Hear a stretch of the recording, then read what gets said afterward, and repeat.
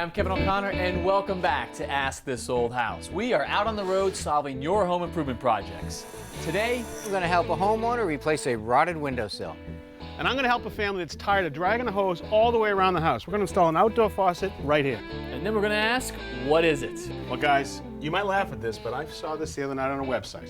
Yeah. I was cruising the web, and I went and I saw a website called Hydroseed Club for Men.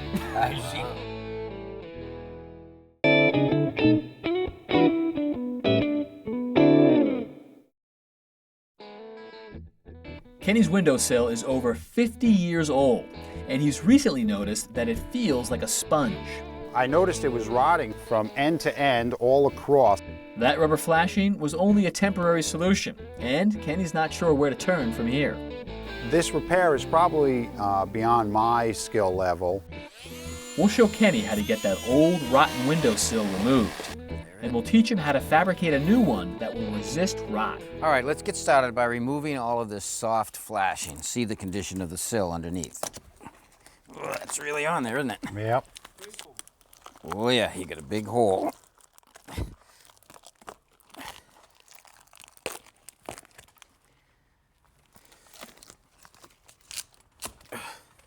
Take it off the casing. Oh, see? Now the casing looks pretty good. I always worry about that because water can wick up in the end grain and this side casing can rot. So this side looks pretty good. Okay, well this sill is definitely rotted. Let's cut it out. Now I'm just cutting the nails that hold the stool to the sill, freeing up the sill. And this is an oscillating saw where the blade goes back and forth.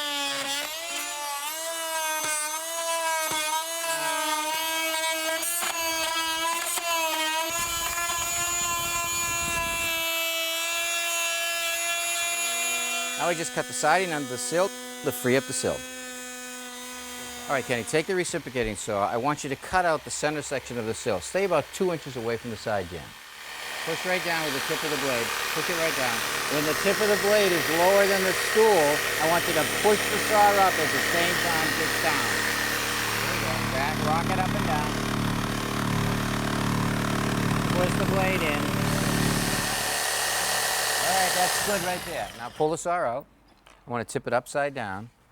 Take the tip of the blade and put it in the slot and push down, and it'll land on the structure underneath the sill. Now don't push the blade in too far, but what I want you to do is take the saw, push it up, and let the saw slide in a little bit. Once you feel it biting on the wood, then you're going to push down gently, bringing the tip up, cutting the remaining part of the sill. Okay. All right, now I'll cut this side.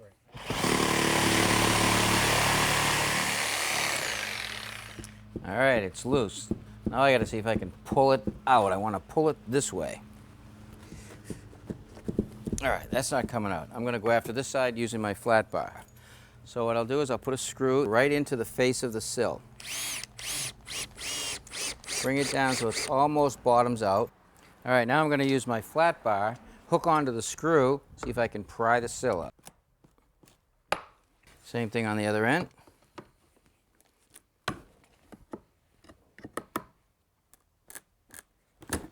Okay, now it should come out. And there it is. Wow. All right, we'll save that piece. Now we have to break these pieces off down the ends. And for this side, I'll use the chisel.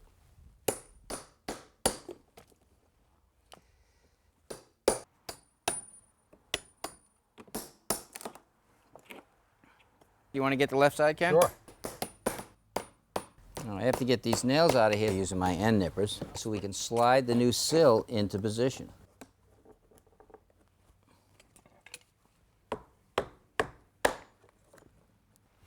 Okay, here's what's left of your old sill, the main part that we cut out of the middle, and here's one of the ends. It's also called an ear or a horn. Okay, now if you look at the sill cross-section, the sill goes in on an angle, so it will shed water. The front edge should be straight up and down or a plumb cut. Right. Now when the rain comes down, the rain will drip down the front edge, and the surface tension will actually suck the water up the sill, and the water can get in behind your wall. That's not good. Not good. So to stop that, they actually put a little dado cut right here, and that breaks the surface tension, causing the water to drip. We're going to recreate this old sill using a new piece of wood. What are we going to use? We're going to use a piece of Spanish cedar. It really holds up well to the weather. First thing I want to do now is take a measurement. Right. Okay, now we need the depth. Now I need the width between the two jambs. 31.5. And now I need the overall length. And that's 38 9/16. Okay. I'm ready to transfer the measurements that we took onto our new piece of wood. Now I like to run a center line on here and then transfer my measurements from my center line so each notch will be equal on each end.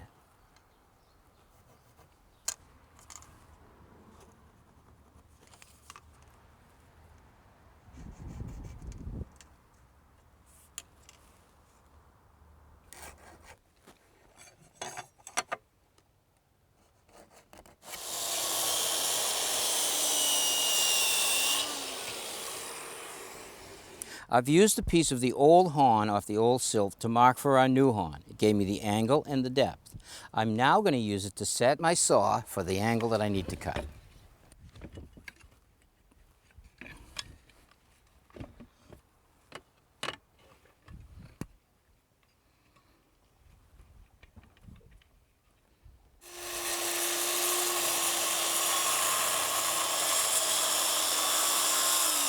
Now when I cut the sill from the underside for the horn, I didn't overcut it. I didn't want to weaken the horn.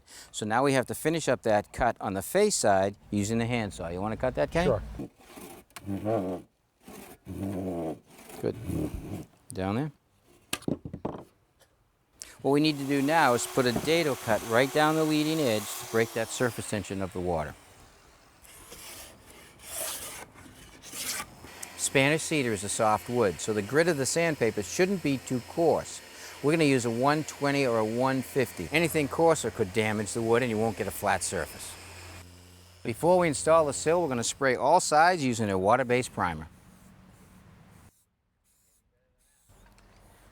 Before we put the sill in, I want to caulk around the underside of the casings and inside the jambs of the window. Then we'll slide the sill into the wet caulking. Great. I'm caulking along the jamb here to stop any water from getting down between the jamb and the sill, and under the casing to prevent the water seeping into the end grain.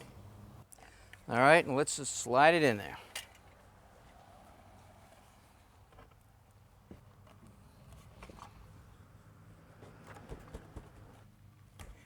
We'll get it started a little bit.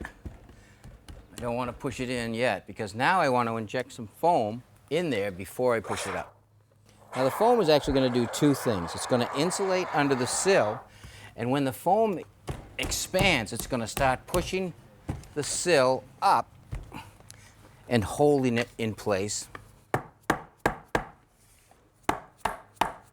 Okay, Kenny, now we need to nail the stool back to the sill. So put a nail here, one here in the center, and one here. And toenail the gun out slightly so the nail will come right into the sill. Okay.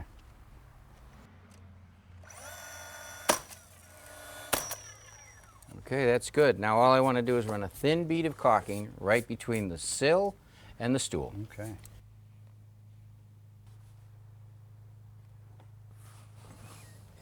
All right, Ken, you got a brand new watertight sill. Good for the next 50 years. Tommy, it is beautiful. Great job. Thank you very, very much. It's my pleasure.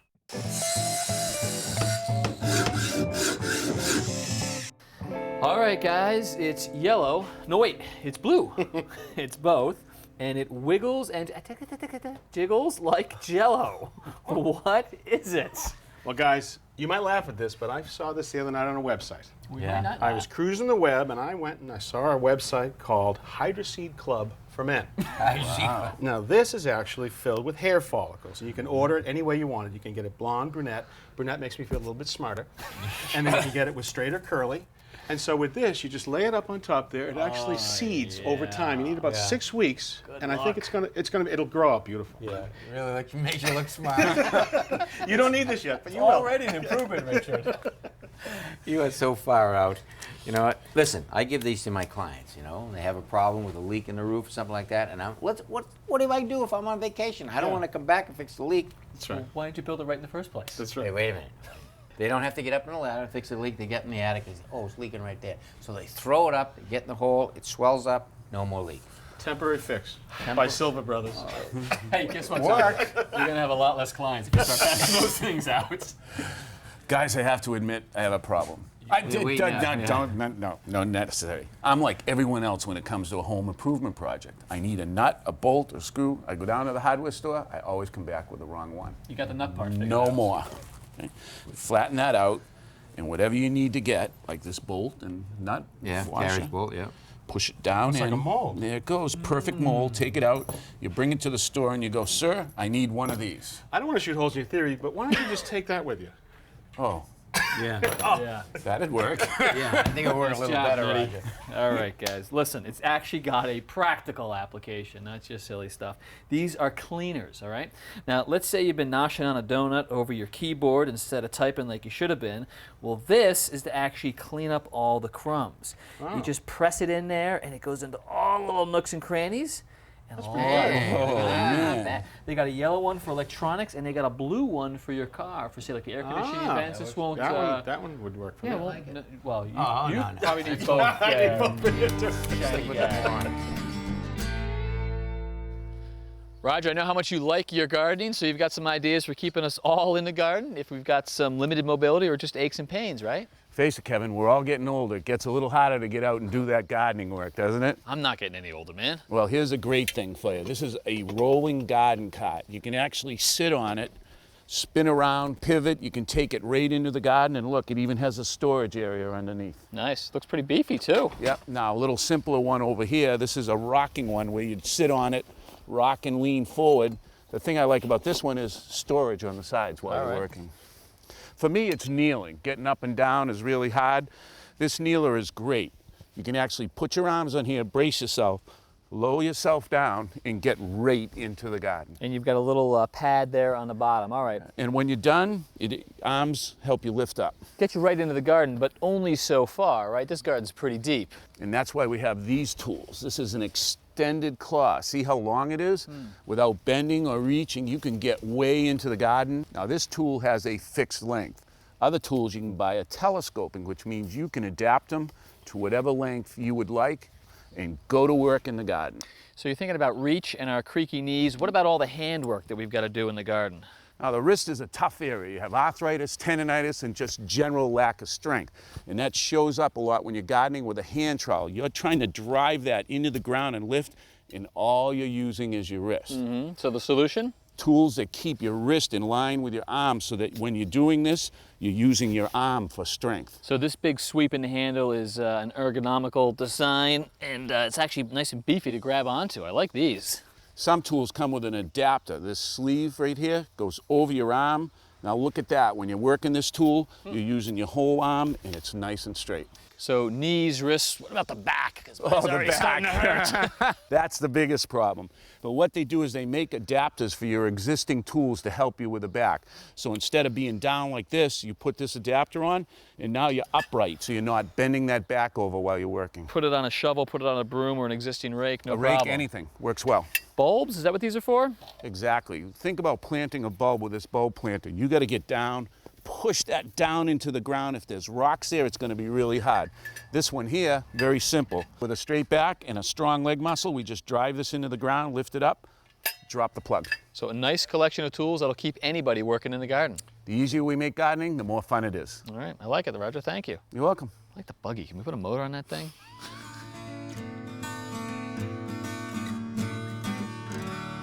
So we got a great yard here. The kids love to play. It's a beautiful garden. We have no access to water back here. There's no hose spigot.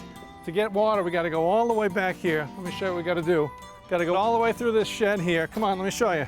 Watch your step. Come on. Over all this stuff, the stroller, the lawnmower. Come on, all the way back in this yard. Show me what we have to do, Tony, to get the water turned on. All the way back here. Behind this, behind these air conditioning units.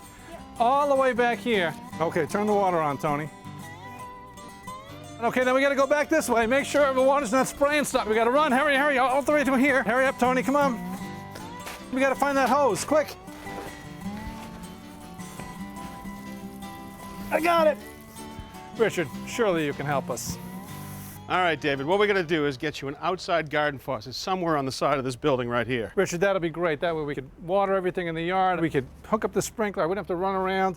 I was thinking we could even maybe put something here where the kids could wash their feet off, not track mud into the house. Well, this is a frost-proof sill caulk. Now, this is what it looks like from the outside. You turn the water on and you turn it off. But normally when you have an outside faucet like this, you have to worry about it freezing in the winter. Now with this, it's called frost-proof because this is the wall and there's a washer way back there, so it won't freeze in the winter. So it means you don't have to drain it down in cold climates. Now for us, we have to start by looking at a place to drill a hole into the building, and we're looking for a reference point. So we're going to start by looking in the basement to where the brick meets this old block and see if that's a good spot to drill.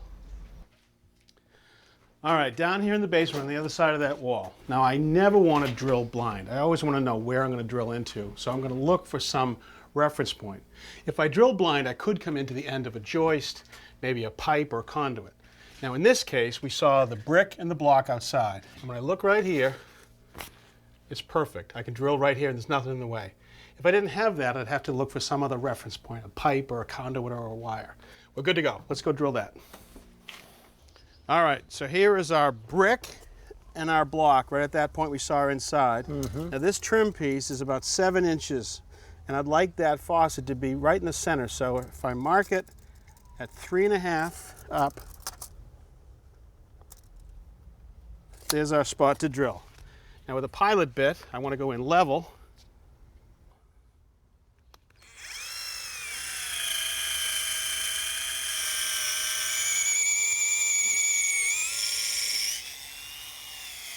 All right, now it's time to drill the correct size hole. For that, we're using an 1 3/8 self-feeding wood bit right here. And I also need an extension because we have to go through a fair amount of wood here. So that locks in, and now I'm ready to go.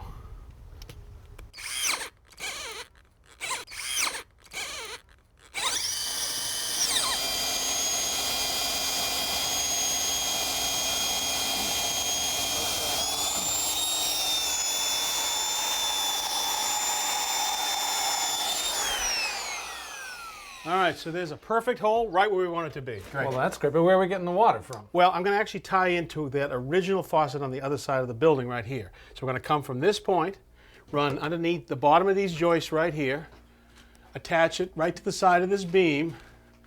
And once we get to this point, I'm going to dive under the beam, and I'm going to tie right into here. Aha. Here. Now, we got to be sure the water's off, and that's the perfect place to cut. And I like to clean the pipe before I cut it because once I cut it, there could be a little bit of water that gets all over the emery cloth, and it does a better job cleaning it. And I'm going to cut it with a tubing cutter. I can use a full-size one here because I have enough space to spin it around. Just grab me that bucket, would you, David? Okay. There might be a tiny bit of water here. No. Oh, there we go.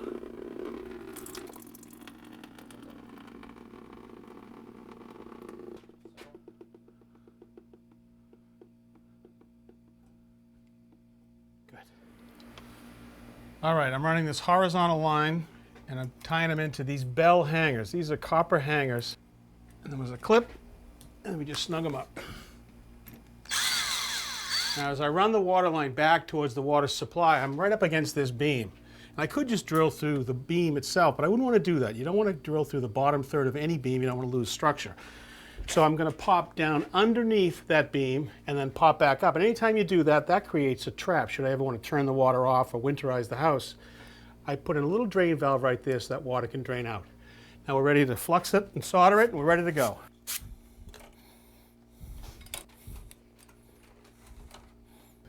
It's important to clean and to flux both the pipe and the fitting to ensure we have a good soldered connection.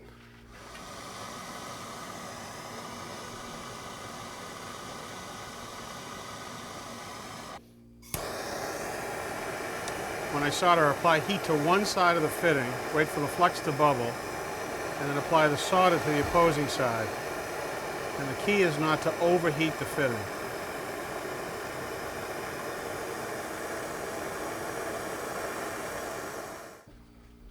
And I always like to wipe the joints when I'm finished.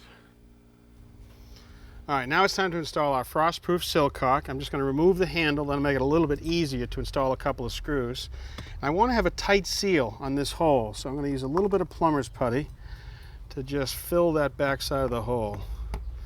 Now when I do that, It'll all squish out. And David, just reach in here and hold that in place. Yep. And I'm going to attach it into the building with a couple of exterior grade screws.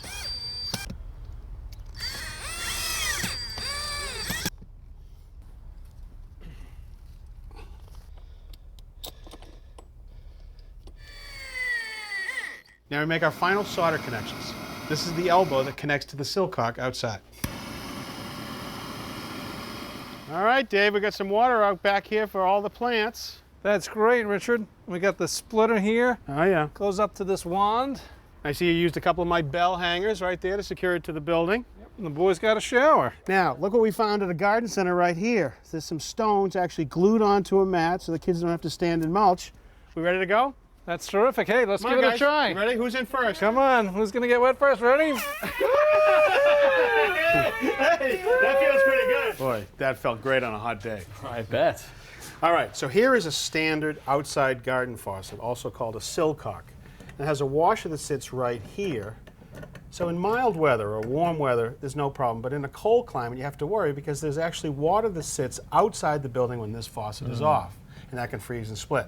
So anytime you have a faucet like this, you want to be sure to have a shut-off valve in here that you can shut off before the cold weather comes. Then you want to open up the faucet outside and then open up this little drain cock on the side to let the air in and the water drain out. And now, you also can't use this faucet in the winter. If you We did, gotta you have go to turn back it into on the and- house yes, and- that's right, right. So a frost-proof sill cock's got some great attributes. It comes in a variety of lengths, 6, 8, 10, 12, 16 inches, depending how thick the wall is. But you can see the washer way back here. I'm going to pull it right out. And you can see that there's a shaft that puts that washer way back there. So the seal is being made well inside the house That's where it's a right. lot warmer. That's right. Now, once I shut it off, I want to be sure that the water comes out of this chamber. So you see right here, this is a vacuum breaker. So when we shut it off, it allows the air in to let the water drain out of the chamber. It also works as an anti-siphon valve for us. If you had a hose that was connected to a bucket that might have fertilizer or caustic Stagnant chemicals, water, that's yeah. right. You'd want to have a backflow preventer to be sure water didn't ever be pulled back into the potable water supply. Right. Now, are those anti-siphon devices code? In many places they are, and they should be. A great solution, and for this homeowner, he no longer has to run all around the house. That's right. Nice job, Richard. Well, if you've got questions for us, send us a letter or an email because we'd love to hear from you. So until next time, I'm Kevin O'Connor I'm Tom Silva. I'm Roger Cook. And I'm Richard Trethewey. for Ask This Old House. Hey, I love the mat with a stone. How many times did you hit your head in the basement? Oh, a few times. Just low enough.